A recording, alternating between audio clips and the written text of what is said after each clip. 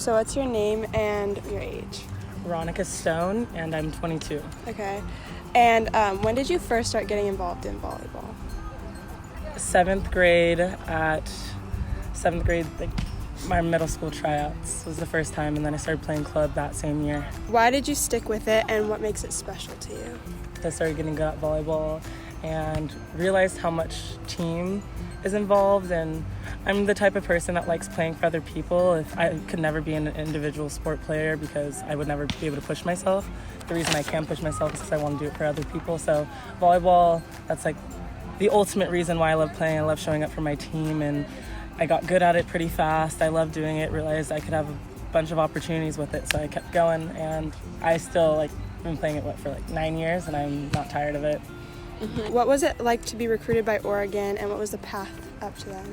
So I think I got my first college letter 8th grade summer, and so I was pretty young, and ended up being a top 10 recruit in my class, and it was just really overwhelming at first. I remember crying my sophomore year of high school because it's where do I go? Because it's a decision you're making for essentially the rest of your life. And so when Oregon got into the mix, I visited 7 schools, and I just knew I really liked the girls. I liked the school. I love that it was close to home and in the Pac-12. Small town, big city vibes, I think, because it is a very well-known college, and a lot of people, wherever you go, we're in the airport, people are shouting "Go Ducks" at us, and so it's a great community inside Eugene and out. What advice would you give to student athletes trying to balance school and sports? This is a tough one because there's no perfect answer because everyone is different. I think finding something that works for you, going with it, and getting into a routine. So knowing that when you have practice, you have this much time between class, are you gonna get work done there? Are you gonna eat? Are you gonna nap? Finding a routine that works for you, stick with it, and then I don't think it's that hard once you get yourself into a routine. Mm-hmm. Are you planning to play volleyball at a professional level? Yes, I just signed. I'm going to France and playing for a team called Valero, and so I'll be heading to, it's the south of France, so it's really pretty area by the water. So and pretty. I'm really excited because I've never been, and I'll be heading out in September. Do you speak French? No, not at all. I know how to say my name is, and I'm 22, so that's useless information. Do you have any female role models or idols who inspire you? I would say for journalism, Maria Taylor. I got to job shadow her. She hosts College Game Day. She hosts NBA Countdown and is always on ESPN. She's ESPN's golden girl. And so she's one of my mentors, and I look up to her so much in the journalistic sense. And then in sports, I really, Feluca, I struggle to say her last name. I can not aware.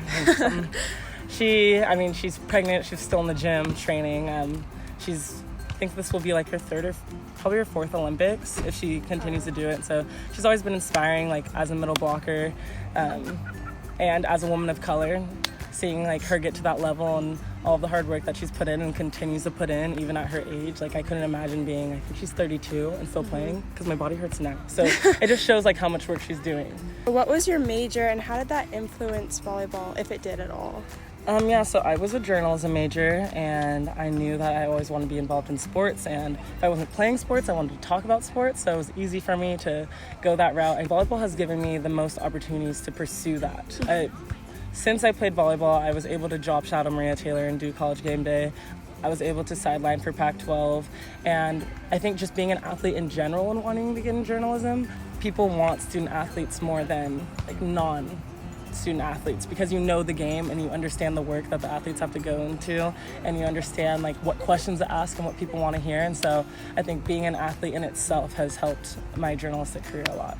The biggest goal that I have when people say you have to make one that seems impossible is to be able to host my own show with my brother on ESPN. If it's not ESPN, then TNT, some big channel where we can talk about both men's and women's side of sports.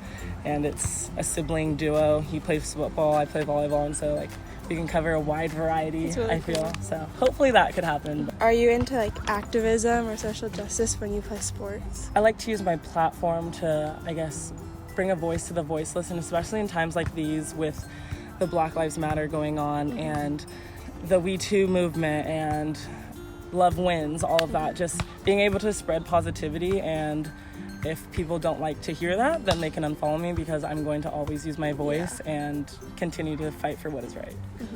The last question, do you see yourself as a role model, and how do you hope to inspire young girls? I think it's weird, because a lot of girls do say that I am their role model, and so it's like weird hearing that, because I still feel like I am them. I swear I was just 12 years old, and so when I hear girls saying that they look up to me, it's so shocking to hear that, and I know the weight that carries, and so I try to hold myself to the highest standard that I can. I always want to be there for people, because I know I wouldn't be who I am without the people that helped me.